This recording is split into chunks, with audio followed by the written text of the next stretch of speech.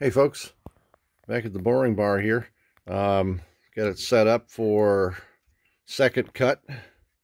This is a Honda Odyssey FL 250R. I'm sorry, 350. This particular cylinder had a little bit of slight amount of piston transfer to the wall, and as you can see, I've got it set up on the exhaust port side towards us. There's the bridge.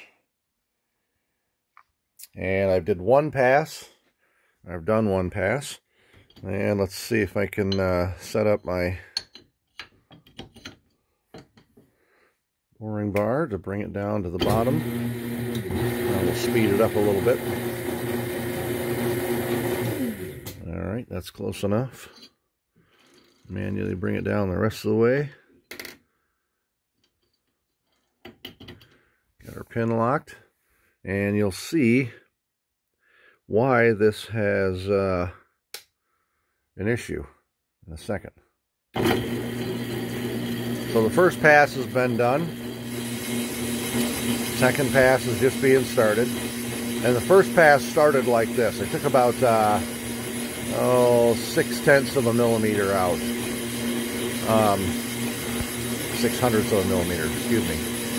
It was cutting very nice to begin with. And again, this had just a little bit of piston transfer to the cylinder wall. However, we've got a Wiseco 0.50 of a millimeter over piston for a reason. Sorry for my lighting here. I'm working with kind of a spotlight shining down on this thing to give me a little extra visibility where I'm machining. So you can see down in there, there's a shadow, a pretty good size one too. And now we're at 20 hundredths, which is knocking on the door at 10 thousandths over. And we've got a 20 thousandths over piston kit for this cylinder, which looks like the second cut's gonna pretty well clean it up.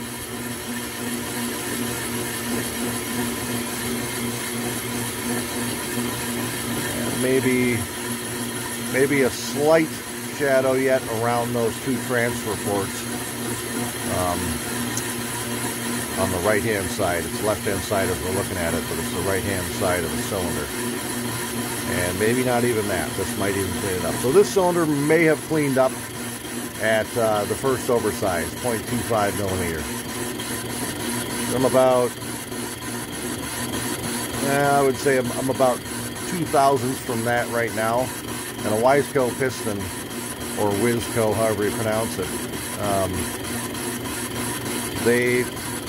this particular one requires 4 thousandths piston to cylinder wall clearance. So I've still got 3 thousandths to hone. I generally plateau hone. That means that we start with a fairly aggressive grit to get it down to within about a 0.5 thousandths, maybe 3/4 of a thousandths, and then use finish grit, stone for the last little bit. And it kind of gives those peaks and valleys of the crosshatch just a little bit more refined ring seating RA. So yeah, right there in that middle transfer port, you can see real close to the intake, the top intake transfer. But just a little bit of a shadow there. That will hone out though. I've done enough of these to know that that's going to be no problem. But yeah, anytime, and I believe it was probably an intake leak on this machine, and or a combination of crankshaft seals that caused this issue of a goofy wear pattern on the one side closer to the intake. It wouldn't have been, air cleaner issues, because then you'd have wear all over the place. It'd be dirt running through this thing, and you'd see massive wear all around the ports. So hopefully And I'm just doing this for another shop, so I'm sure if they're doing the engine completely, they're putting new crankshaft seals in, new intake boots, that sort of thing.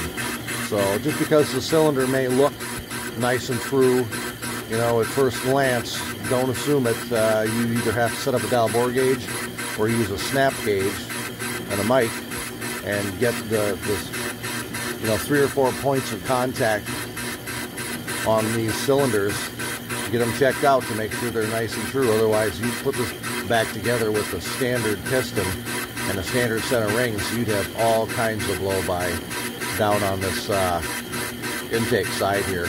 It probably wouldn't run very well, and it would probably run inefficient. So, yeah, just another day of boring cylinders. All right, stay tuned.